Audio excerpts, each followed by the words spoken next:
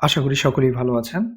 আপনারা যারা হিসাব বিজ্ঞান নিয়ে বিবিএ, এমবিএ সম্পন্ন করেছেন, আপনাদের অনেক সময় চিন্তার কারণ যখন আপনারা ভাইবা দিতে যান, যখন আপনাদের চাকরির ভাইবা থাকে, তখন আপনারা চিন্তিত হয়ে যান যে আপনার বিষয় থেকে কোন প্রশ্নগুলো ভাইবাতে জিজ্ঞেস করবে।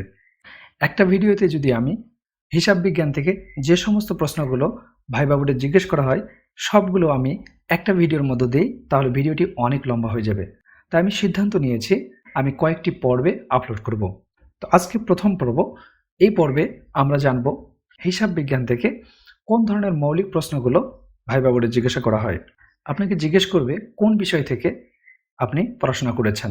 যদি বলেন অ্যাকাউন্টিং অথবা হিসাব বিজ্ঞান থেকে, তখন কমন একটি প্রশ্ন আপনাকে জিজ্ঞেস করবেই, হিসাব বিজ্ঞান কাকে বলে। অর্থের অঙ্কে ব্যবসায়ীর বিভিন্ন লেনদেন সমূহের সংগ্রহ, সংকলন, লিপিবদ্ধকরণ, আর্থিক প্রতিবেদন প্রস্তুতকরণ, বিশ্লেষণ ও বিশদ ব্যাখ্যাকরণকে হিসাব বিজ্ঞান বলে। তাহলে হিসাব বিজ্ঞান কাকে বলে? অর্থের অঙ্কে ব্যবসায়ীর বিভিন্ন লেনদেন সমূহের সংগ্রহ, সংকলন, লিপিবদ্ধকরণ, আর্থিক প্রতিবেদন প্রস্তুতকরণ, বিশ্লেষণ ও বিশদ ব্যাখ্যাকরণকে হিসাব বিজ্ঞান বলে। ভাইবা বোর্ডের আরেকটি কমন প্রশ্ন, হিসাব বিজ্ঞানের জনককে। যে বিষয় নিয়ে আপনারা পড়াশোনা করেছেন সেই বিষয়ের জনকের নাম জিজ্ঞেস করা, এটি একটি কমন ট্রেন্ড। তো হিসাব বিজ্ঞানের জনক হচ্ছেন ইতালীয় গণিতবিদ লুকা প্যাসিওলি। তিনি হচ্ছেন হিসাব বিজ্ঞানের জনক। খুব ভালো করে মনে রাখবেন, হিসাব বিজ্ঞানের জনক হচ্ছেন ইতালীয় গণিতবিদ লুকা প্যাসিওলি।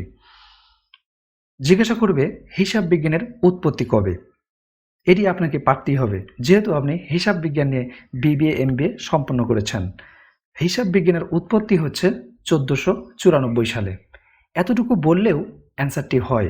তাহলে এই হিসাব বিজ্ঞানের উৎপত্তি যদি জিজ্ঞাসা করে, আপনারা একটু ব্যাখ্যা করে বলতে পারেন যে ইতালীয় গণিতবিদ লুকা প্যাসিওলি 1494 সালে সুম্মা ডি অ্যারিথমেটিকা জিওমেট্রিয়া প্রপোর্শনালিটা নামক বিখ্যাত গ্রন্থের মাধ্যমে হিসাব বিজ্ঞানের উদ্ভাবন করেন। এভাবেও কিন্তু আপনারা উত্তর দিতে পারেন। ভাইবা বোর্ডে আপনাকে জিজ্ঞেস করবে হিসাব বিজ্ঞান কয় ভাগে ভাগ করা যায়। হিসাব বিজ্ঞানকে 2 ভাগে ভাগ করা যায়। কখনোই সেই ভাগগুলো বলতে যাবেন না। ভাইবা বোর্ড একটি মনস্তাত্ত্বিক লড়াই। এই মনস্তাত্ত্বিক লড়াইয়ে আপনাকে এক ধাপ এগিয়ে থাকতে হবে। যে প্রশ্ন আপনাকে পরীক্ষক করবে ঠিক স্পেসিফিক উত্তর আপনি দিবেন, আর এমনভাবে দিবেন যাতে সেখান থেকে পরীক্ষক আপনাকে আরও কিছু প্রশ্ন জিজ্ঞাসা করতে চায়। তাহলে আপনি যদি বলেন যে হিসাব বিজ্ঞান 2 ভাগে বিভক্ত এবং সেই ভাগগুলো বলে ফেলেন, তাহলে পরীক্ষক কিন্তু বিরক্ত বোধ করবে। যদি জিজ্ঞাসা করে হিসাব বিজ্ঞান কয় ভাগে বিভক্ত, শুধুমাত্র উত্তর দেবেন 2 ভাগে। এবার আপনাকে জিজ্ঞেস করতে পারে সেই ভাগ দুটো কি কি। তখন আপনি বলবেন আর্থিক হিসাব বিজ্ঞান এবং বিশেষায়িত হিসাব বিজ্ঞান। তাহলে হিসাব বিজ্ঞান 2 ভাগে বিভক্ত। এক হচ্ছে আর্থিক হিসাব বিজ্ঞান, 2 বিশেষায়িত হিসাব বিজ্ঞান। আপনাকে জিজ্ঞেস করতে পারে হিসাব বিজ্ঞানের অন্যতম প্রধান উদ্দেশ্য কি। তো হিসাব বিজ্ঞানের অন্যতম প্রধান উদ্দেশ্য হচ্ছে আর্থিক ফলাফল ও আর্থিক অবস্থা নিরূপণ। তাহলে হিসাব বিজ্ঞানের অন্যতম প্রধান উদ্দেশ্য কি? আর্থিক ফলাফল ও আর্থিক অবস্থা নিরূপণ। ভাইবা বোর্ডে আপনাকে জিজ্ঞেস করতে পারে বারটা কি, কিংবা বারটা কাকে বলে। তো বারটা কাকে বলে? চুক্তি অনুসারে বা প্রচলিত নিয়ম অনুসারে পণ্যের স্বাভাবিক মূল্য অথবা প্রাপ্য বা দেয় টাকার পরিমাণ হতে যে অংশ বাদ দেওয়া হয় তাকেই বাট্টা বলে। তাহলে বাট্টার সংজ্ঞা কি? চুক্তি অনুসারে বা প্রচলিত নিয়ম অনুসারে পণ্যের স্বাভাবিক মূল্য অথবা প্রাপ্য বা দেয় টাকার পরিমাণ হতে যে অংশ বাদ দেওয়া হয় তাকেই বাট্টা বলা হয়। এখান থেকে আপনাকে জিজ্ঞেস করতে পারে কারবারি বাট্টা কাকে বলে। অর্থাৎ বাট্টার যে ক্লাসিফিকেশন আছে তার মধ্যে একটি হচ্ছে কারবারি বাট্টা। তো কারবারি বাট্টা কাকে বলে?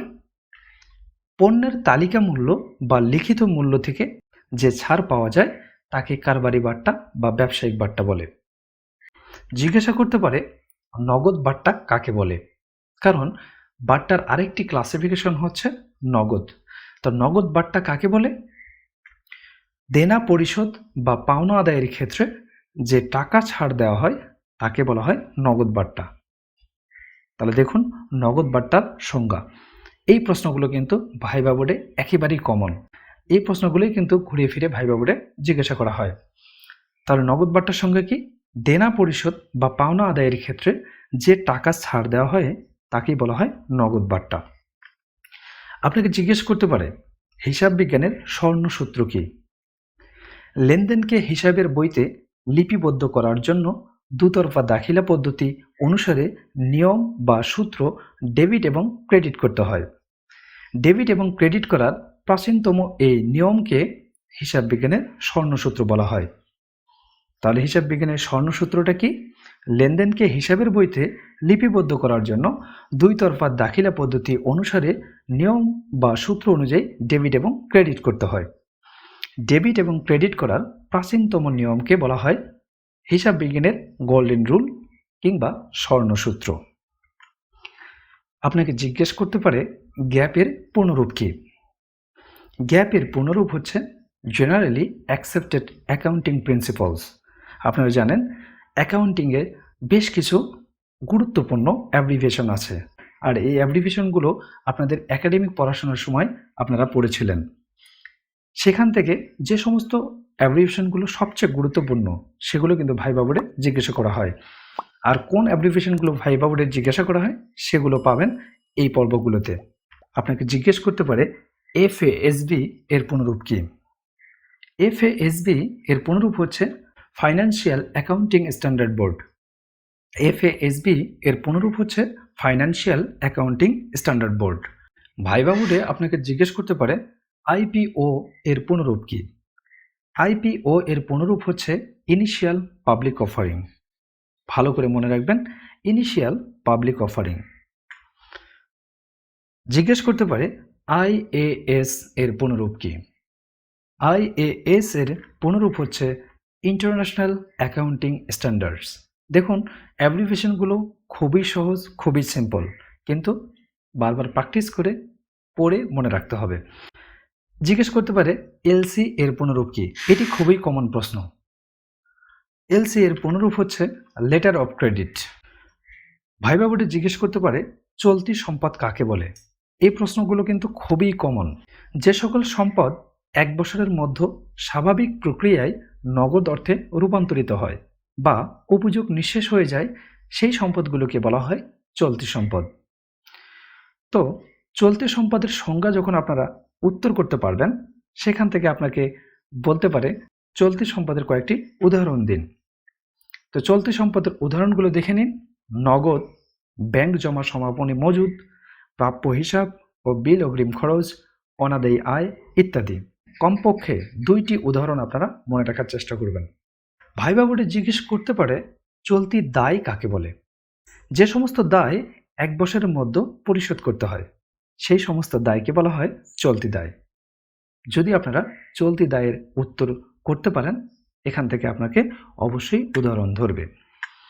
বলতে পারে চলতি দায়ের কয়েকটি উদাহরণ দিন। দেখুন উদাহরণ পাওনাদার, প্রদেয় বিল, ব্যাংক জমাতিরিক্ত বকেয়া খরচ, অগ্রিম আয় ইত্যাদি। তো চলতি দায়ের কমসে কম 2টা উদাহরণ আপনারা মনে রাখার চেষ্টা করবেন। ভাইভা বোর্ডে আপনাকে জিজ্ঞাসা করতে পারে স্থায়ী সম্পদ কাকে বলে? স্থায়ী সম্পদ কাকে বলে? যে সকল সম্পত্তি হতে একাধিক বছরকাল সেবা বা সুবিধা পাওয়া যায় সেগুলোকে বলা হয় স্থায়ী সম্পদ। আপনাকে জিজ্ঞেস করতে পারে স্থায়ী সম্পদের 2টি উদাহরণ দিন। কি হবে? স্থায়ী সম্পদের উদাহরণগুলো হচ্ছে দালান কোঠা, যন্ত্রপাতি, আসবাবপত্র, সুনাম, কপিরাইট, প্যাটেন্ট, ট্রেডমার্ক ইত্যাদি। এগুলো থেকে কমপক্ষে 2-3টি উদাহরণ আপনারা মনে রাখার চেষ্টা করবেন। ভাইভা বোর্ডে আপনাকে জিজ্ঞেস করতে পারে দীর্ঘমেয়াদী দায় কাকে বলে? এই প্রশ্নগুলো আবারও বলছি, এই প্রশ্নগুলোই কিন্তু ঘুরে ফিরে বারবার ভাইভা বোর্ডে জিজ্ঞাসা করেন। দীর্ঘমেয়াদী দায় কাকে বলে? যে সকল দায় 1 বছরের অধিক সময়ে পরিশোধযোগ্য সেগুলোকে বলা হয় দীর্ঘমেয়াদী দায়। তাহলে দীর্ঘমেয়াদী দায়ের সংজ্ঞা কি? যে সকল দায় 1 বছরের অধিক সময়ে পরিশোধযোগ্য সেই সমস্ত দায়কে বলা হয় দীর্ঘমেয়াদী দায়। জিজ্ঞেস করতে পারে দীর্ঘমেয়াদী দায়ের 2টি উদাহরণ দিন। সেক্ষেত্রে উদাহরণগুলো কি হবে? ব্যাংক ঋণ, বন্ধকি ঋণ, ঋণপত্র ইত্যাদি। এই 3টি উদাহরণ মনে রাখার চেষ্টা করবেন। এই ভিডিও যদি আপনাদের কোনো উপকারে আসে অবশ্যই মন্তব্য করে জানাবেন, তাহলে পরের পর্বগুলো আমি চেষ্টা করব খুব দ্রুত আপলোড করার জন্য।